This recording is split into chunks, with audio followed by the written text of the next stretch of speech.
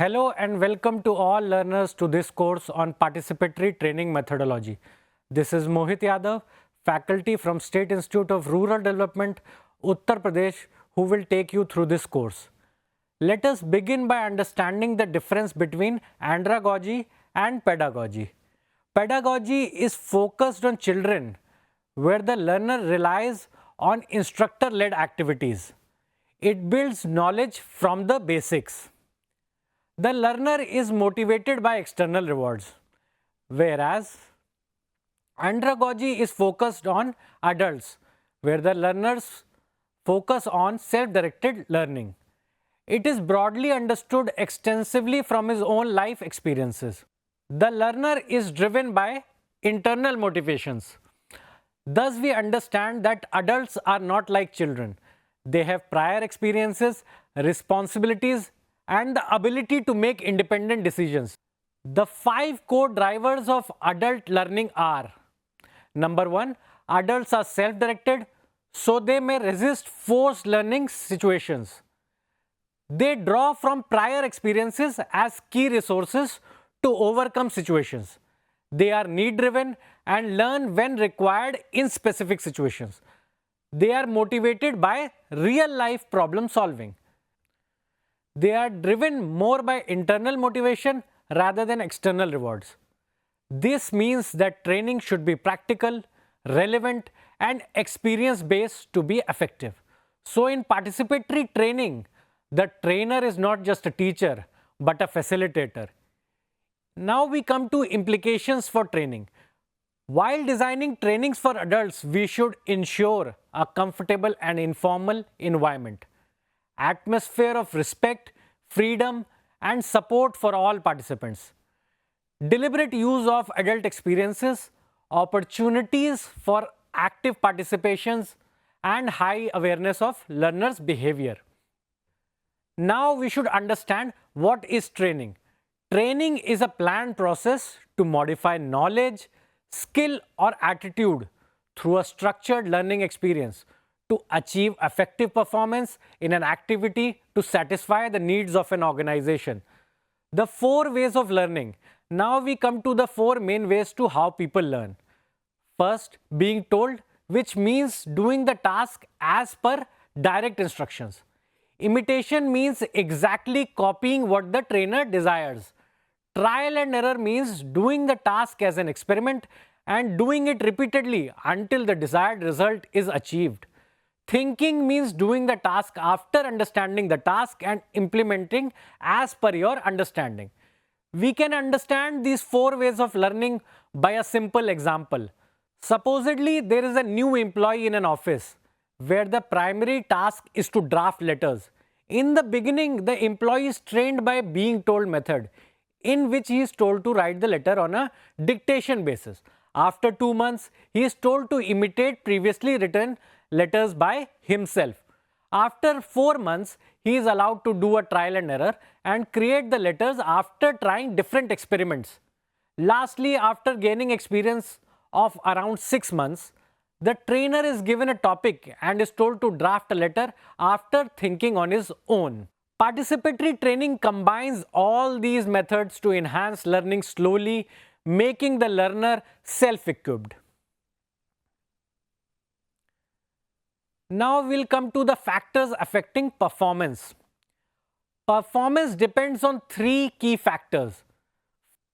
Environmental factors such as without a laptop, e-office cannot run. Motivational factors such as not getting promotion timely though being eligible. Behavior factors include not knowing or having enough skills to complete a task assigned. Now we'll come to training process, systematic approach. An effective training follows a systematic process which can be easily remembered as India framework. I stands for identifying the training needs. N stands for narrowing down the training requirements. D stands for design and planning training according to the needs. I again stands for implementing the training process. And A stands for assessing results after the training is implemented. In between all these activities, performance is improved or enhanced. This is known as the SAT cycle or a systematic approach to training. Training need analysis, TNA. Training need analysis helps us to understand who will need the training, what skills are lacking, and what improvements are required. For example, use of eOffice to prepare and move files digitally in an office where manual files were used. So training is required to impart this skill to all the officers of that office. It can be done at 3 levels. Firstly, organizational level. Second is job level. Third is task level. Now we come to training design and structure. Training design means planning in advance what and how to teach. A training program is structured into different courses and each course has different learning units, making the process organized and systematic. Understanding a learning unit. Each learning unit has 4 stages. First is the objective, what the learner wants to achieve. Second is entry behavior, his present knowledge and skills. Third is learning event, activities to achieve the learning. And fourth is assessment, which helps us in checking if learning has happened. Thus, the learning unit acts as a bridge to change initial entry behavior into a learning event. Now we come to feedback. Feedback is essential for improvement. Effective feedback should be: number 1, supportive, that is aiding to the learner's improvement. Number 2, constructive, which can provide actionable path forward. Third, clear and easy to understand. Fourth, it should be delivered timely so that it can be utilized effectively. Feedback should be human in nature, which means H stands for hearing your learner carefully, U stands for understanding the learner, M stands for motivating the learner, A, it should be acceptable to both, N stands for negotiable if required. Now we'll look into training methods. Let us now look at some popular training methods. Number 1 is coaching. One-to-one interaction to transfer a certain skill, like learning how to play cricket. It can be used in small groups only. It is costly but highly productive. Second method is the lecture method. It is useful in large groups and effective for transferring knowledge, for example, understanding history through facts. It is easy to deliver past events with examples. It is relatively cheap with medium productivity. Third method is discussion method. Highly participatory, can be used for debating pros and cons of a certain technology. It encourages idea sharing, problem solving, and induces creativity. Time consuming and can sometimes result in vague results.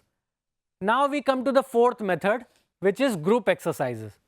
This is participatory, engaging, and joyful learning, such as collecting data of a village using participatory rural appraisal. This method encourages peer learning and thinking patterns. It also encourages long-term retention and high productivity. Hence, participatory training focuses on active involvement of all participants, learning from each other, building ownership, encouraging collaboration. This approach makes learning more engaging and effective. Now we come to the key takeaways from this course. Number 1, adults learn best through experiences. Trainers should act as facilitators mostly. Thirdly, participation improves learning outcomes. Real learning happens when behavior changes. A famous quotation to understand participatory learning is, "When I do it alone, I go slow. When I do it with you, I go with the flow." To conclude, the 5 pillars of participatory training are: number 1, engagement, that is creating a dynamic environment where an individual actively contributes. Number 2, ownership, which leads to developing learner investment, in turn increasing motivation and retention. Number 3 is empowerment, which is providing tools to the learner to apply new skills in daily life. Number 4 is collaboration, to create group learning through shared activities and perspectives. Number 5 is adaptability, which leads to tailoring experiences to meet the specific needs of the learners. If we want to face challenges, we must learn new skills each day. And the best way to enhance learning is through participation, experience, and continuous practice. Thank you.